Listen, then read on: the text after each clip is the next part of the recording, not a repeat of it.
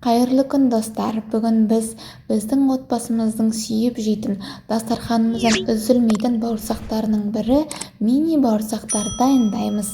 Дәл осы бауырсақтарды пісіргеннен кейін басқа бауырсақтарды пісіргіңіз де келмей қалады. Және бұл бауырсақтарды 3 айға дейін мұздатқышта піскен күйінде сақтауға болады. Қонақтар келгенде таптырмас варианттардың бірі, міндетті түрде жасап көріңіздер. Рецептім сізге ұнап жатса, лайк басып, комментарий жазып, арнама тіркелуді ұмытпаңыз. Керек заттар: ұн, ашытқы. Мен алдын ала том майымен шекілдеуіктің майын микротолқынды пешке ерітіп алдым. Міне дәл видеодағыдай осындай том майды, қойдың том майын қолдандым. Және де тұз, қант, жылы су керек болады. Жылы суымызға тұзымызды салып, араластырып ерітіп аламыз.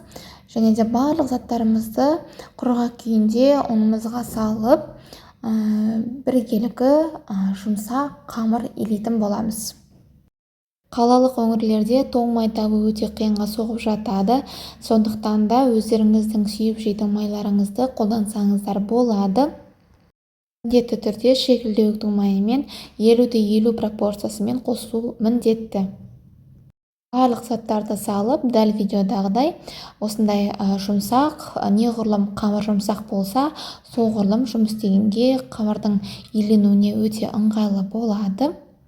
Тұрғандарыңызда қамырымыздың иіні қанып, жұп-жұмсақ болып осылай иленді. Енді 1-1,5 сағатқа аузын жауып, көтерілгенше дейін қойып қойыңыздар.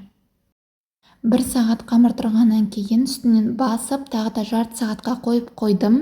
Және де қамырым дәл осы видеодағыдай көтерілді. Енді қамырмен жұмыс жасаймыз. Дәл осы массадағы қамырды 6-7 бөлікке бөліп аласыздар, өздеріңізге ыңғайлы жұмыс жасауға болатындай. Енді барлық осындай бөліктерінен осындай кішкентай мини бауырсақтарды формировать етеміз. Туралған бауырсақтарымыз кеуіп кетпес үшін орамалдың үстіне тізіп, үстінен тағы да орамал жауып қоямын. Бауырсақтарымызды пісіру үшін 70% шекілдеуік майына 30% тоң май қосамын. Егер де сіздерде тоң май болмайтын болса, тек қана шекілдеуіктің майына пісіруге болады. Дәл видеодағыдай қызарғанша дейін екі жақтан осылай араластырып отырып, қызартып пісіріп алыңыздар. Бұндай бауырсақтарды көбінесе дастарханның үстіне наннан себеттер жасап, немесе де изобилие жасап, осылай слоеный тестодан немесе кигіз үй тәріздес етіп жасап, үстіне осындай мини бауырсақтарды қойып, әрлеп дастарханға ұсынуға болады. Таңда трендке айналған мини бауырсақтарды міндетті түрде жасап көріңіздер. Менің рецептім бойынша дәмі тіл үйіретін болып шығады. Егер де дәл осы рецепт сізге ұнап жатса, лайк басып, комментарий жазып, арнама тіркелуді ұмытпаңыз.